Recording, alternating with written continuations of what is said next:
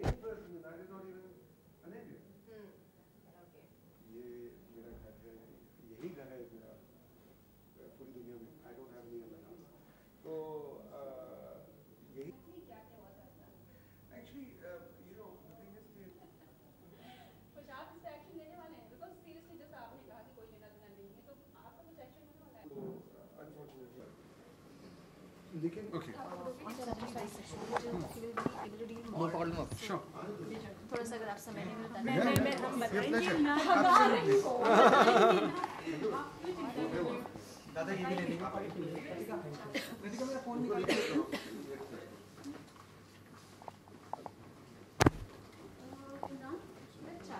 Okay rolling करें. 1 minute.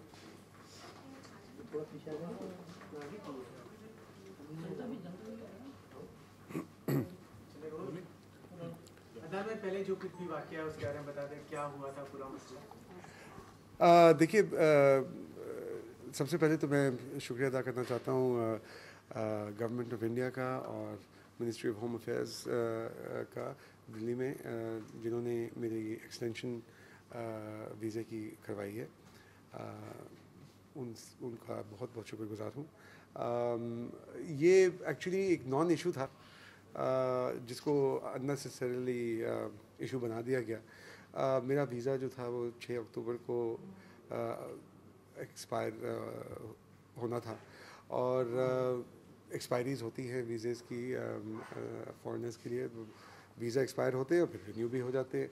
आपको मेरे 14 साल इसी तरह से गुजरे हैं, तो ये साल भी कोई नया नहीं था मेरे लिए. तो हस्ब मामूल मैंने एज़ पर यूजुअल मैंने पिछले महीने एप्लीकेशन डाल दी थी अपनी एक्सटेंशन की. और फिर एक दफ़ा आपने एप्लीकेशन डाल दी हो तो उसके बाद फिर आपको इंतज़ार करना पड़ता है जवाब का from the ministry of home affairs. Application मेरा जो था वो मिनिस्ट्री ऑफ होम अफेयर्स में डायरेक्टली गया था. तो अब कभी कभी उनका जवाब 2 दिन में भी आ जाता है, 2 हफ्ते भी लग जाते हैं, 2 महीने भी लग जाते हैं. एक मरतबा कुछ साल पहले 6 महीने लग गए थे. ठीक है, उनके प्रोसीजर्स होते हैं और मैं बेहद इज़्ज़त करता हूँ उन प्रोसीजर्स की, नो इश्यूज़ व्हाटसोएवर.